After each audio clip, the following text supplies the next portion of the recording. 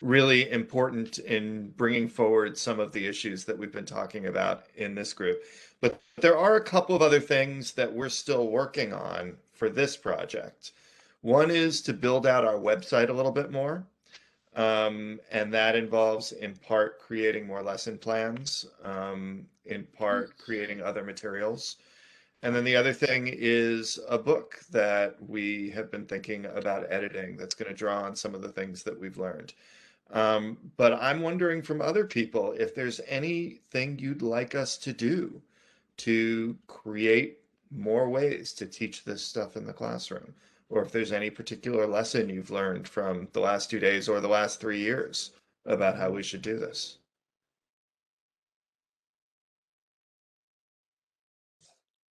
I thought the resources that you developed and mentioned throughout the symposium, if there's a way for us to access, like if there's like a table or directory that we could that enable us to tap to those sources and also to the sources that the presenters had mentioned. There were so many that I had a hard time tracking a lot of those resources. So I just put the website of or the link to our website in the chat. But Kyunghee was recording all of the chats for this symposium, and I think that every single website that was mentioned, we're going to put up on our website as a link because we've got a resources section there.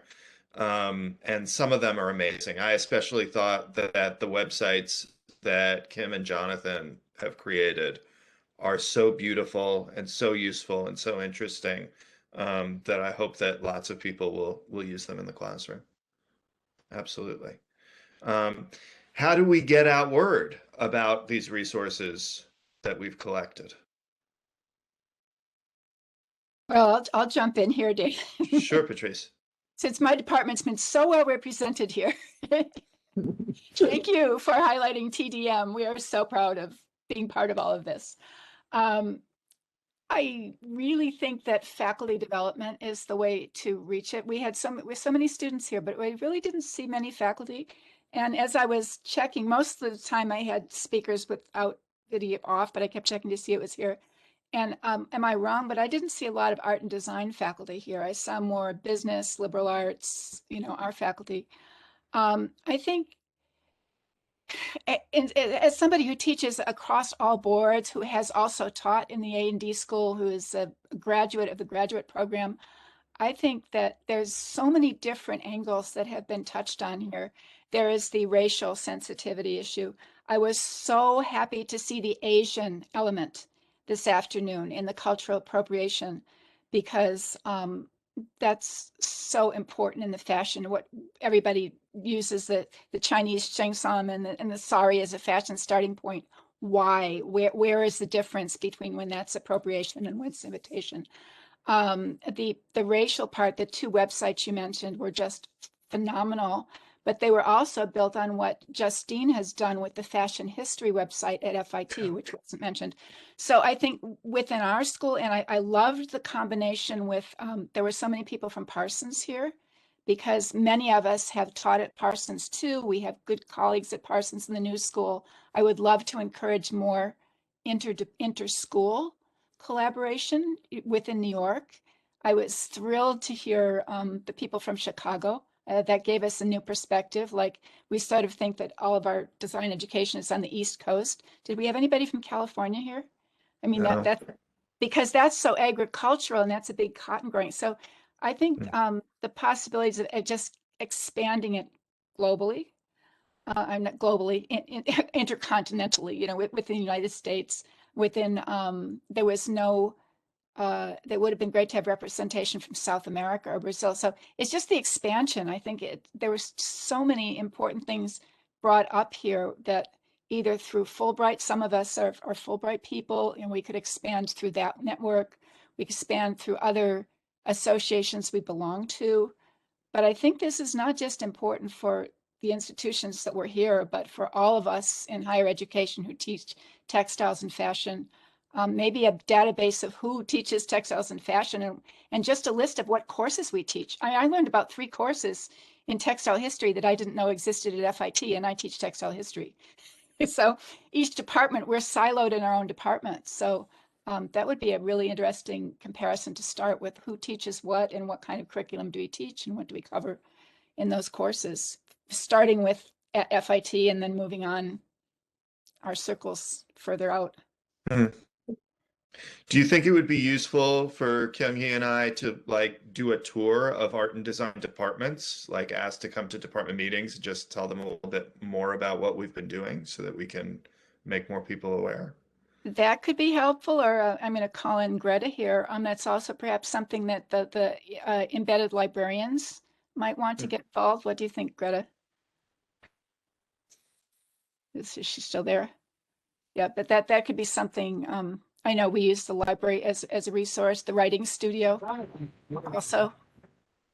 The Sorry. writing studio is super valuable resource for our students, and that's a lot of my students get ideas from the writing studio too. I think it might be nice to actually, if the liaison could accompany either Dan or Kyunghee.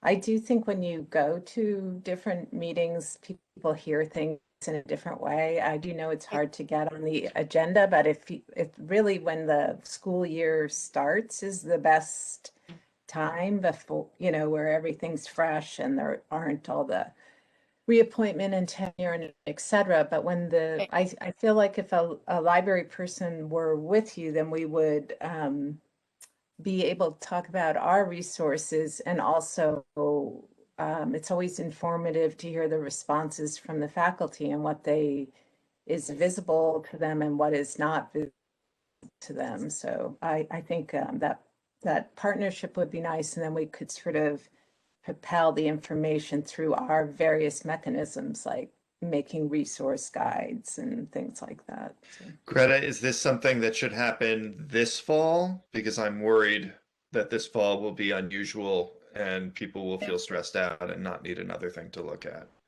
Yeah. And does that mean then we wait another year before we start really presenting this stuff? It's so hard to say what it's going to look like. It actually, we're anticipating remote, but how are those meetings how are the department meetings going to work in a hybrid situation?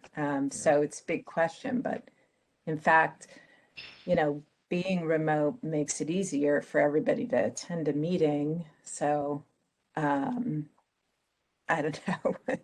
No, But, that's a good point. And it's easy to share screen and show them materials.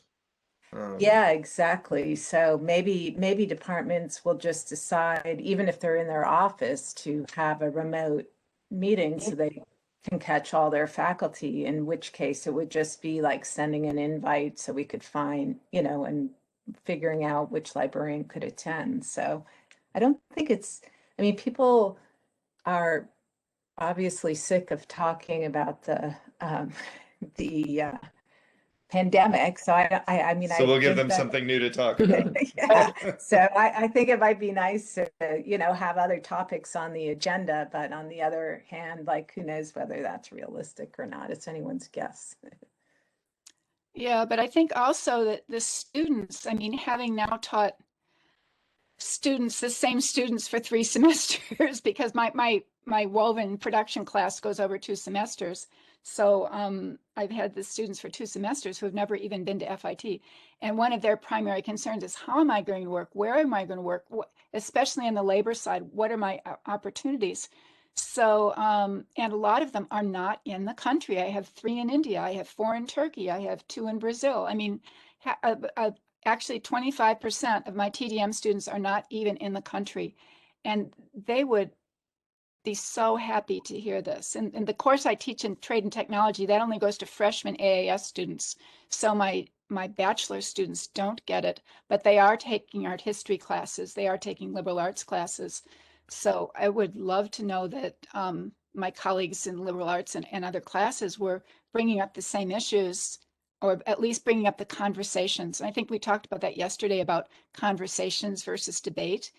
teaching kids, and that was a great discussion we had earlier today. I can't remember which panel it was in. I think it was on the racism, but how to, in a class, I love the module idea. I love the idea of having an open conversation with no assessments, because I think especially the kids who are sitting on their beds from another country or another state, they're feeling so isolated, and their opinions are being formed by social media and maybe their parents and their friends and their locality.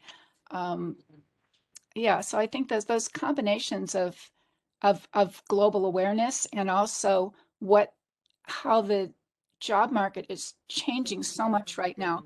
They're not going to go back to traditional jobs. My kids are never going to work in a mill again. The mills are gone. We still train people to work in a mill, but there are no mills here unless they move to India. And actually, some of my students own their own mills. That's another story. But like, I have one student, it's like, oh, can you go out and buy a loom? I don't have to. My dad owns 45 of them. It's like, okay. That's another perspective.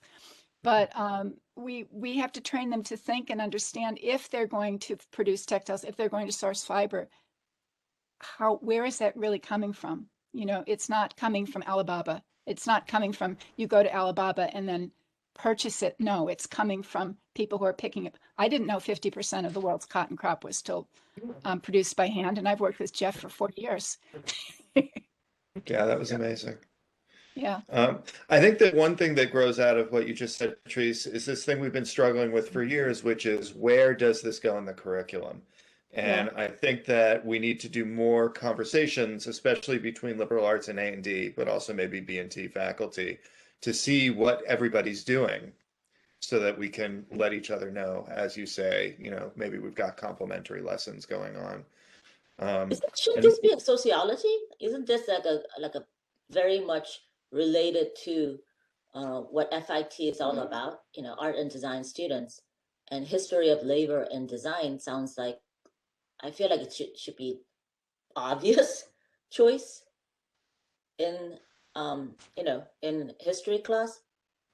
Well, you're not required to take a history class anymore. So Carl, who was the chair of the last panel, created a class which has been incredibly popular, which is American history from the perspective of fashion and textiles. And he raises a lot of these issues, but he only gets as many students as want to take this. It used to be that US history was required for everybody. It's not anymore.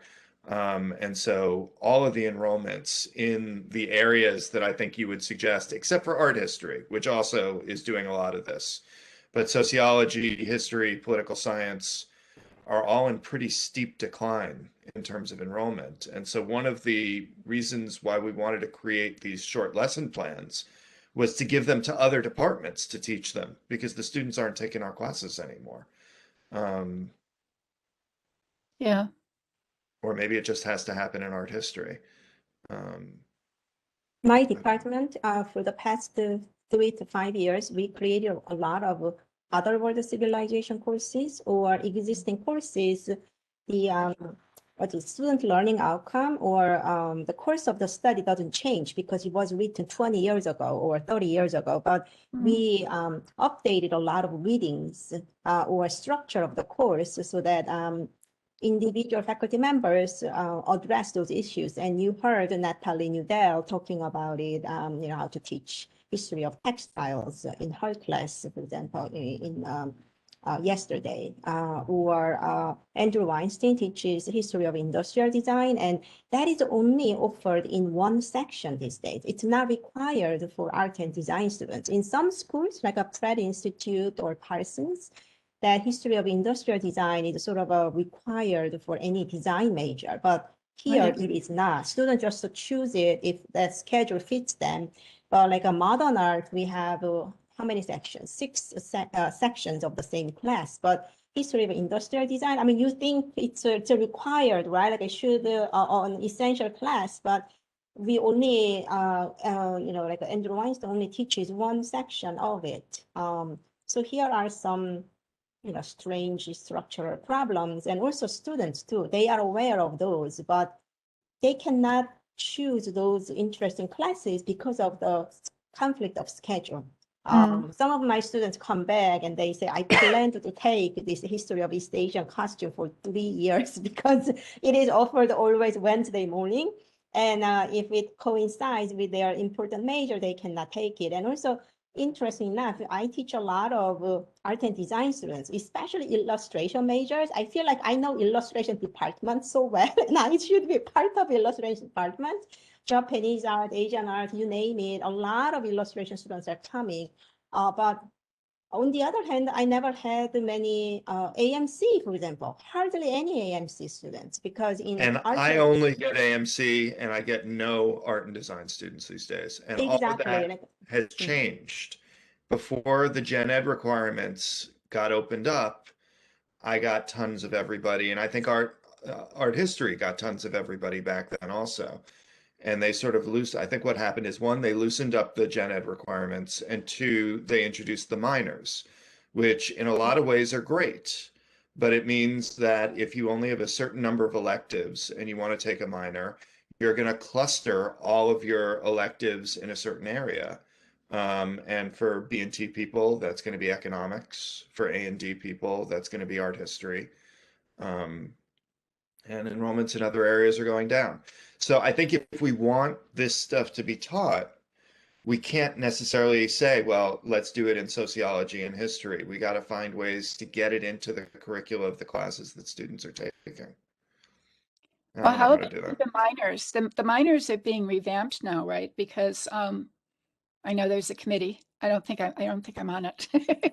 I can't keep track, but I know that the minors are going through review because Nomi and I, between TSD and TDM, we've been proposing a textile minor, which could include courses like these, liberal courses.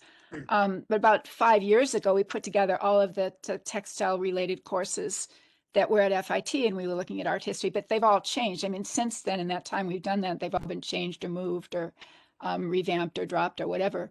So we were planning to revisit that, but we were waiting for the committee to sort of decide what they're doing with minors right now. Well, the bigger issue is in A&D, some of those retired professors are not replaced. So you end up Right. having a lot of part-timers. Because of that, there is always a schedule changes.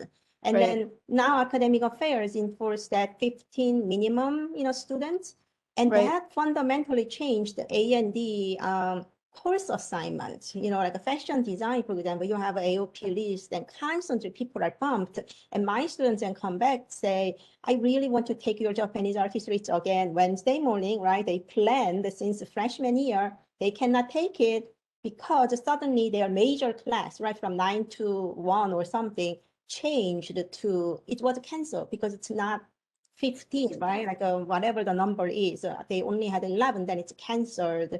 And you don't have many full-time faculty members, then, part-time instructors are bumping each other, right? All those things, so that students ended up losing all those interesting elective courses. So it's a bigger structural issue in FIT. Losing full-time faculty members and not replacing them is part of a larger story. Right. Same thing for our 15 students requirement for liberal arts classes. There are so many interesting classes these days because we liberal arts hired many new faculty members for the last 6-7 years. But that the magic number of 15 is very hard to get there. You have a 12. 12 is a good enough number, right? Especially to have an interesting discussion and so forth. Maybe you will get up to 16, you wait, right? And then people will come back, but it's canceled, right? Then there is a whole series of going down, to another classes. Right. Another thing that those of you who aren't in B&T may not be aware of is that 2 years ago, B&T was accredited as a business school. So we had to drop courses and alter courses and drop hours of existing courses to fit in a few extra business courses so that all B&T, I think there might be 1 or 2 departments that didn't sign on, but FBM, TDM, almost everybody in B&T now graduates with a degree that is accredited by a business school. So that would be an opportunity to add it, to try to fit into those courses, especially the labor history part, to see what courses are there and who's teaching them, and to see what we can do in that area too. But art and design students won't be taking those classes. And one of the things that really struck me also about this is that everybody in A&D should be taking B&T classes. Everybody in B&T should be taking A&D classes. Exactly. And these sort of requirements that you're talking about make it very, very difficult to do that because you're required to take so many business classes to maintain that accreditation. But I kind of feel like, how can you have a degree from FIT and not know how to sew?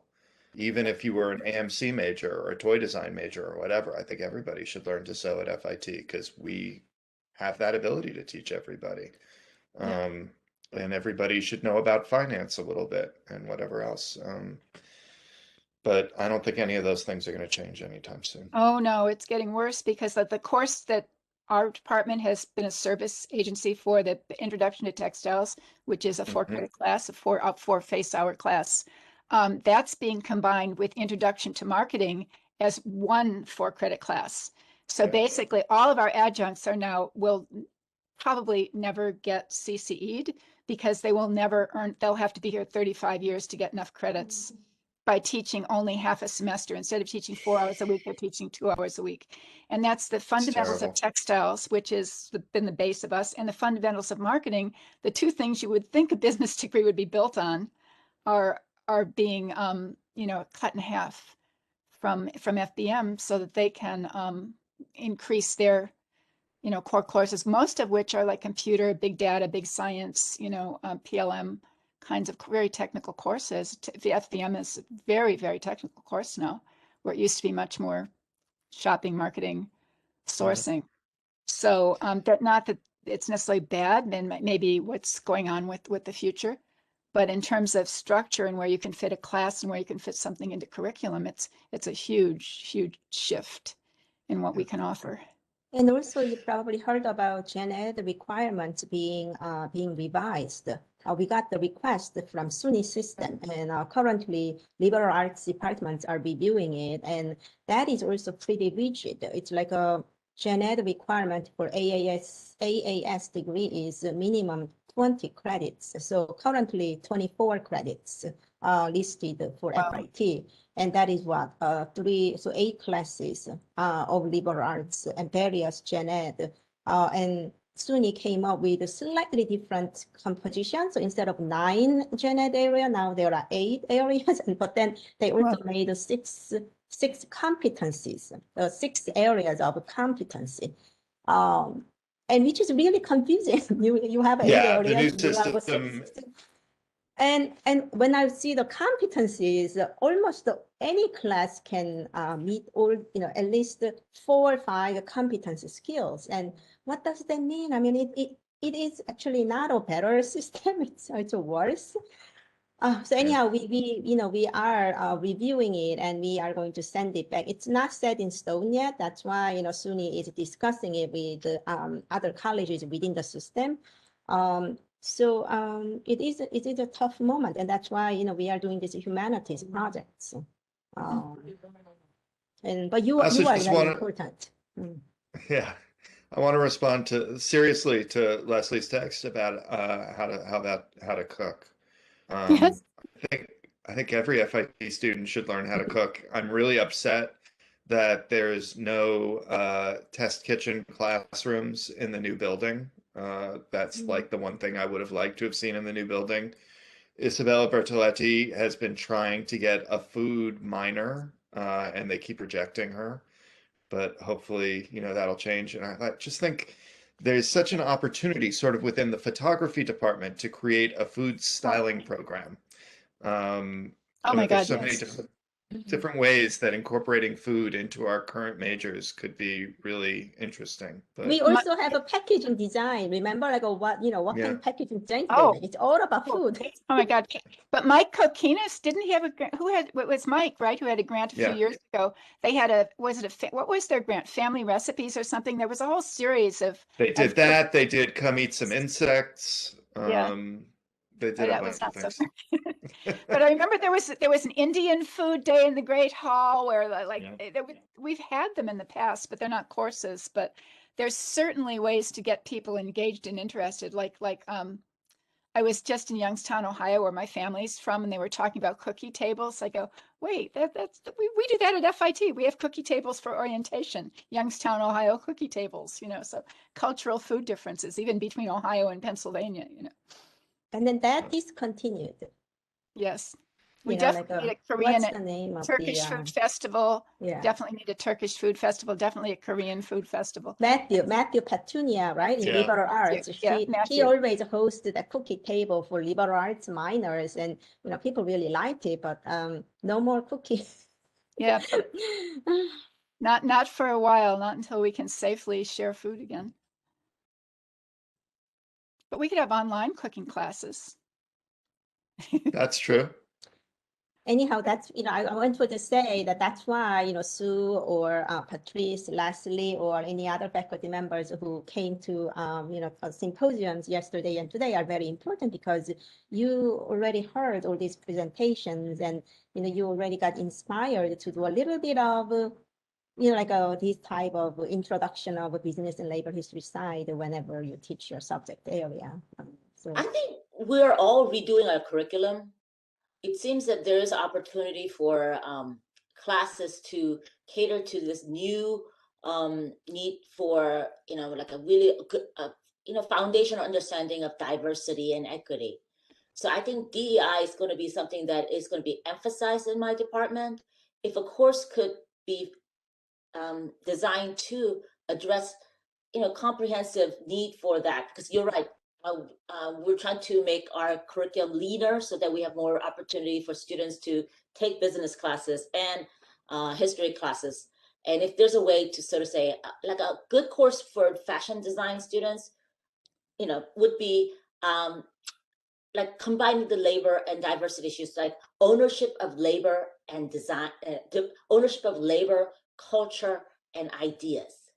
So if that is sort of like way for students to understand, again, like knowing about who makes cotton versus who makes the textile, and how, you know, industrial revolution was fueled by the textile industry. All those things are quite important.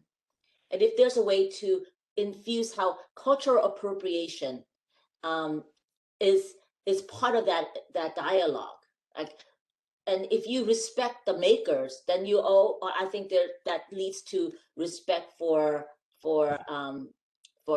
who makes it and how they use the cultural symbols. So if there's a more comprehensive class like that, and that caters to the need for design students, I think that would be really, really good. Because I think right now some of the courses, like, I think is that, you know, there are classes about cultural appropriation, but it's very, very like, you know, like very specific. Whereas It's about cultural we have to appropriation and the focus. law.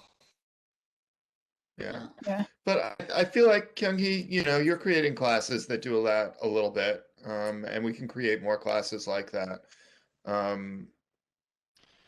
How we get people to take them, how we fit them into the curriculum. That's anyhow, really When we do Joey, our curriculum, there could be major related major classes, meaning it has to sort of have that fashion design emphasis. And obviously, if, I mean, because that could be categorized as that. Does that make sense? Rather than this random Yeah. world of like elective, if it's Yeah. like a related elective, that yeah, could you know, in relation to that conversation, like a good model is a history of menswear in our department. History of menswear is written for fashion design menswear majors. So we get all of their students. I think they take it in the third year or something. I don't really remember. It's, you know, written for them. Or another case, we also have that not only teaches it. It's a history of Western textiles, and that's also required by textile and service design program.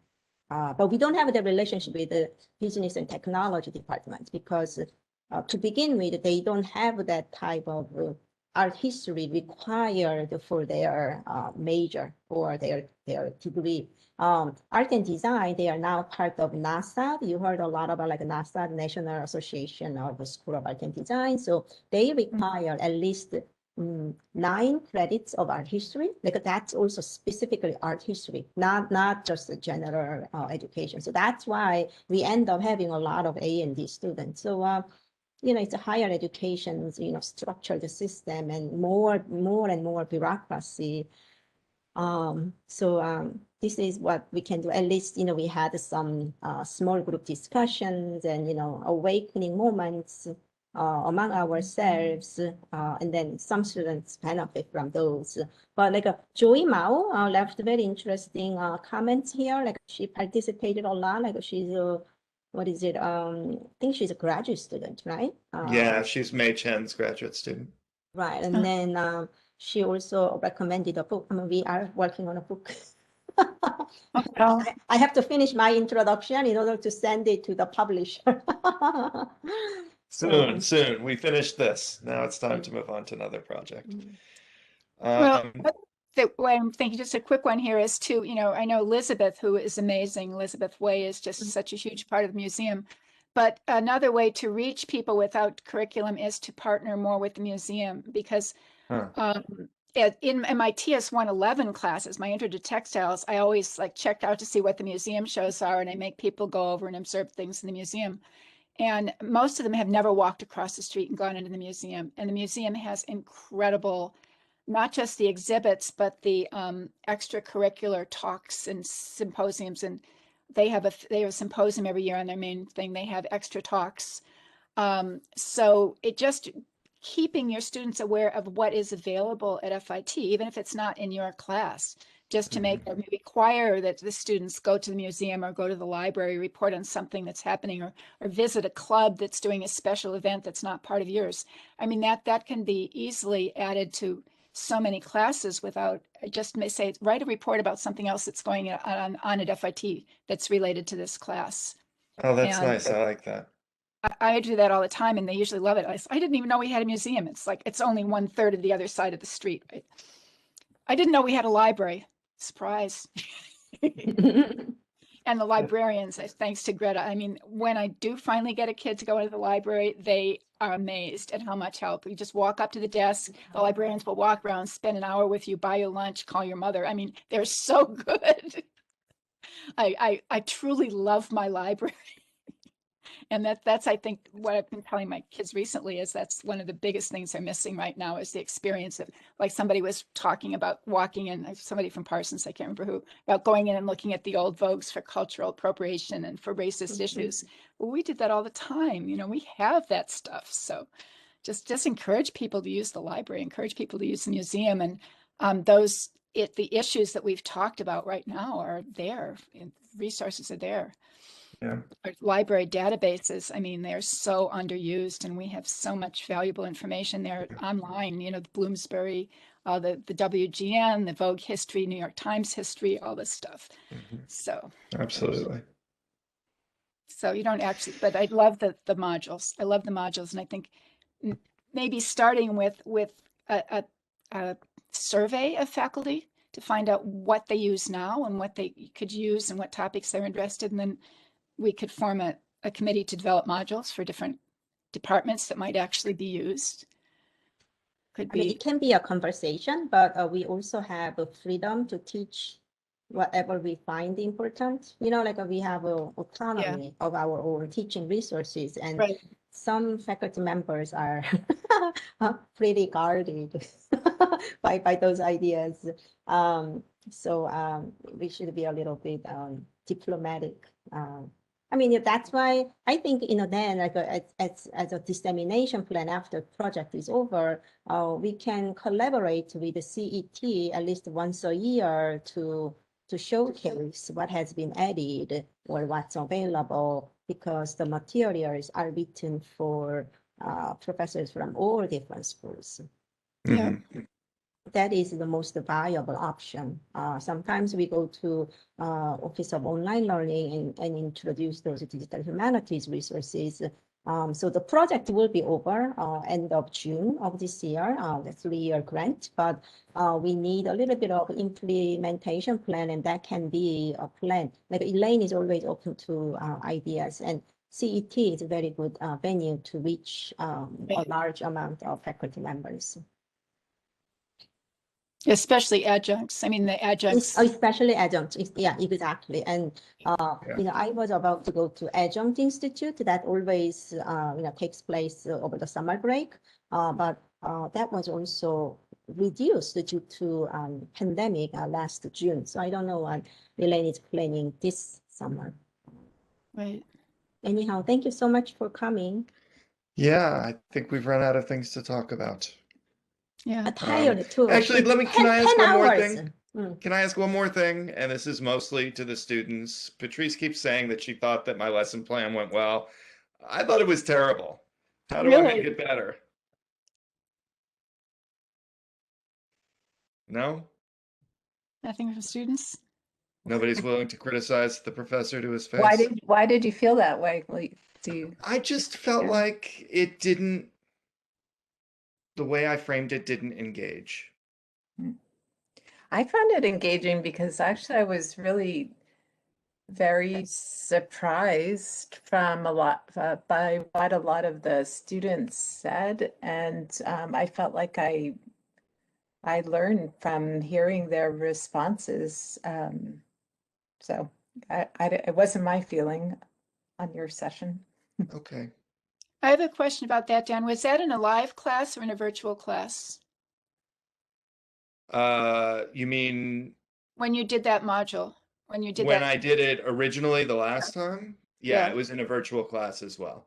Okay, because I find in a live class, they're a lot more intimidated, but in virtual classes, I've had discussions with students that I would have never had Oh, that's in interesting. a live class. So I think that's a difference too. When they actually see everybody staring at them, they're comfortable. But when they are only looking at themselves on the screen, Hmm. they say many more open things. So we should tell everybody in class when we get back to class to close their eyes before they make blinders. class comments. Yeah, bring back the bandana, put over your the mask over your eyes, and don't Instead look of at who over your else is mouth. talking, and just have an open conversation. Yeah. Yeah. But I think I want to point out.